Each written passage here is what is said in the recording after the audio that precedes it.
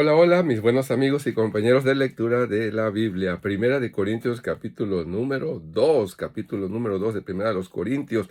Y bueno, esta carta de veras que es una carta muy especial porque presenta una serie de problemáticas que tiene la iglesia de Corinto, que el apóstol Pablo, la verdad es que en su corazón tenía una carga muy fuerte, como tú y yo podemos tener una carga muy fuerte por diferentes personas cercanas a nosotros o lejanas, inclusive por tantas guerras.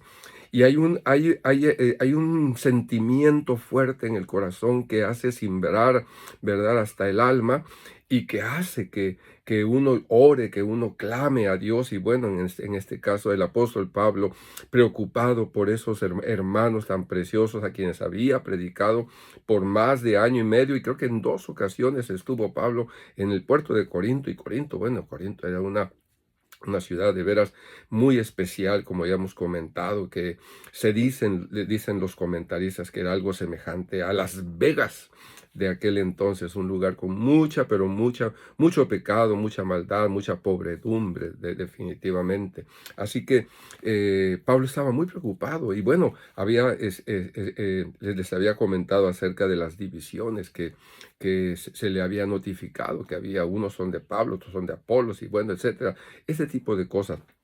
Y en este capítulo número 2 vamos a ver cómo el apóstol está señalando, de alguna manera se está defendiendo su ministerio. Pero vean ustedes cómo lo hace. Y realmente necesitamos aprender de Pablo a estar a la defensiva, porque hay tantas enseñanzas, tantas doctrinas, tantas cosas que cruzan delante de nuestros ojos ante un televisor, ante una pantalla, ante un teléfono, ¿verdad? Ante tantas redes sociales que debemos de estar cuidadosos y a la defensiva, ¿verdad? Pero eso no significa de que tengamos miedo, porque Dios nos ha dado herramientas, y no solamente herramientas, personajes maravillosos y preciosos que Él nos ha enviado, ayuda de pastores, pero sobre todo el Espíritu Santo. Y bueno, aquí veamos cómo el apóstol Pablo defiende su ministerio y le ayuda, ¿verdad?, a estos amados hermanitos de Corinto para que pudieran centrarse y ubicarse y crecer, ¿verdad?, en su madurez espiritual. Capítulo 2, verso 1. Así que, hermanos, cuando fui a vosotros para anunciaros el testimonio de Dios, no fui con excelencia de palabras o de sabiduría. Pablo dice, yo no fui con mucha filosofía, pues me propuse no saber entre vosotros cosa alguna, sino a Jesucristo y a este crucificado. Me propuse no saber cosas entre vosotros. Había muchas cosas alrededor y me propuse no saber otra cosa, sino a Jesucristo y a este crucificado. Y estuve entre vosotros con debilidad y mucho temor y temblor. Mm, Y bueno, tremendo eso. Y ni mi palabra ni mi predicación fue con palabras persuasivas de humana sabiduría, sino con demostración del Espíritu y de poder. En las redes sociales vemos muchas discusiones, muchas enseñanzas, y gracias a Dios por todo ello, pero debemos de tener cuidado. Y en última instancia dice el apóstol Pablo, con demostración del Espíritu y de poder, para que vuestra fe no esté fundada en la sabiduría de los hombres, sino en el poder de Dios. Dicen los estudiosos que aquellos que estudian mucha filosofía pueden llegar a concluir que todo esto que vivimos, que vemos y sentimos y en donde vivimos, pues fue creado por una inteligencia superior, porque en todas partes que vemos tanta inteligencia, tanto movimiento, tanta fuerza, tanta vida. ¿De dónde vino eso? Sin embargo, como los filósofos de Grecia, pues no podían más que quedarse allí atoraditos, ¿verdad? Nada más diciendo, pues sí, debió de haber habido una inteligencia superior, un poder superior para que provocó todo este movimiento, ¿verdad?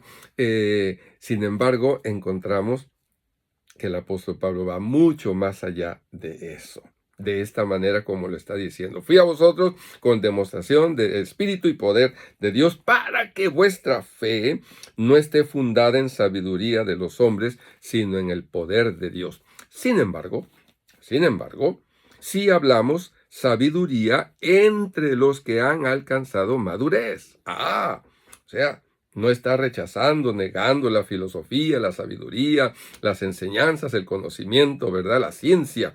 Dice, pero lo hicimos entre los que han alcanzado madurez. Y acuérdense que el apóstol, bueno, más bien más adelantito es cuando dice, yo no pude hablarlos a vosotros, como a espirituales, sino como a carnales. ¿Ya? Bueno, seguimos con eso.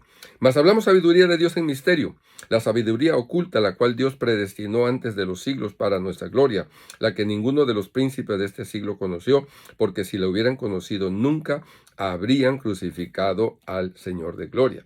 Si el diablo hubiese sabido lo que se iba a desatar después de mover con sus garras, ¿verdad? Los corazones y engañar a tanta gente, como a Judas, por ejemplo, y como a los sumos sacerdotes de aquel entonces, y como a Caifás, y como a esto, no, Jesús no hubiese sido crucificado, pero porque estaba escondido el misterio, el Señor llegó, enseñó, demostró que Él era el Hijo de Dios, el Hijo del hombre, y murió crucificado conforme a las Escrituras. Y es lo que vemos en los evangelios, que esto sucedió para que se cumpliera lo dicho por el profeta. Y esto sucedió para que se cumpliera esto, para que se cumpliera lo otro, para que se cumpliera. Los 4 evangelios están llenos de cumplimientos, de profecías y de milagros que demuestran que Jesucristo no solamente fue un gran maestro, precioso maestro de la época, con una capacidad extraordinaria de hacer milagros, sino que es el cumplimiento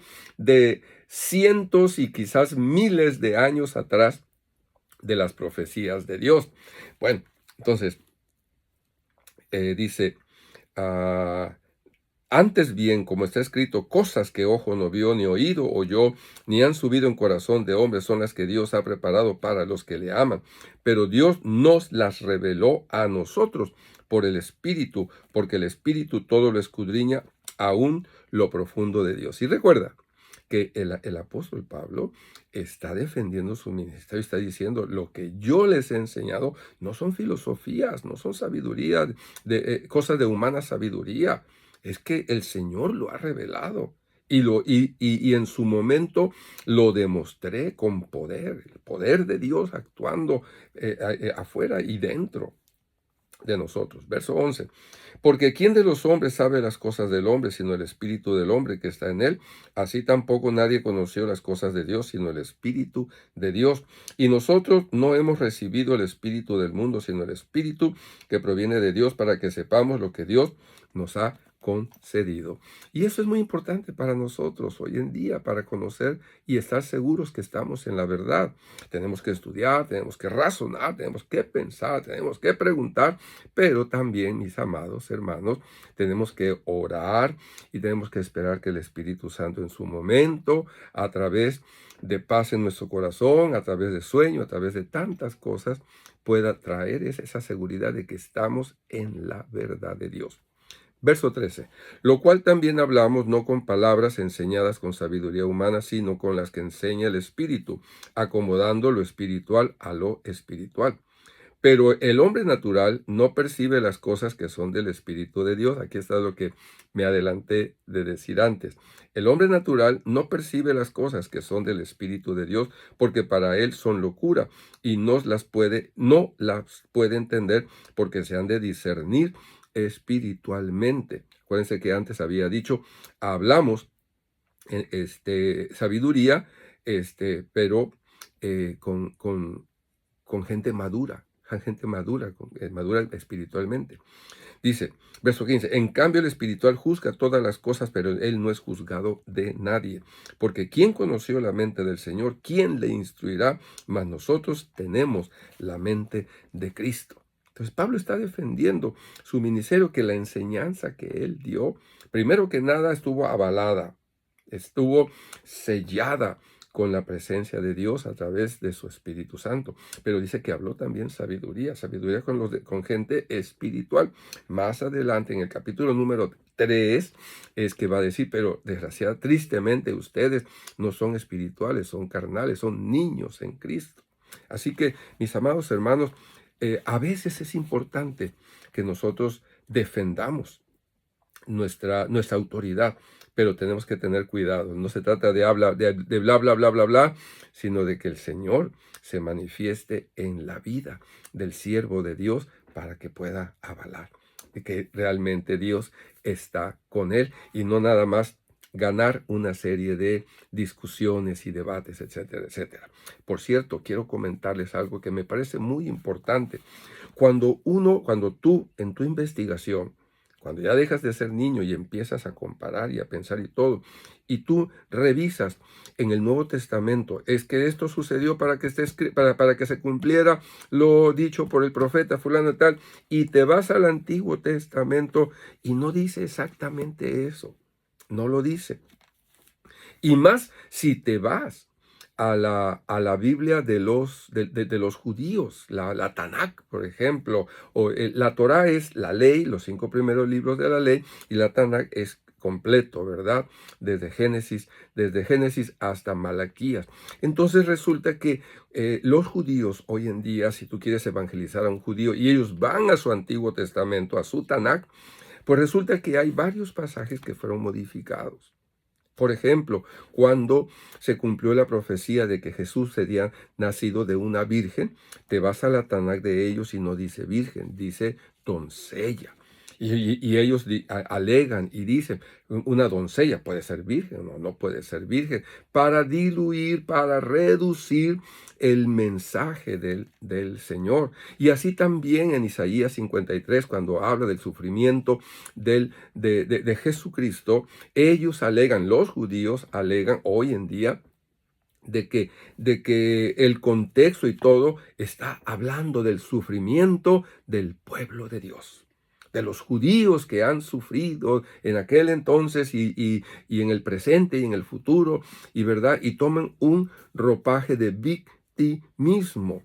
Sin embargo, yo quiero comentarte que esos cambios que se dan, que se dan inclusive en tu Biblia, en mi Biblia, que la profecía que está señalada aquí en el Nuevo Testamento no dice exactamente lo mismo en el Antiguo Testamento. Bueno, eso se debe a lo siguiente.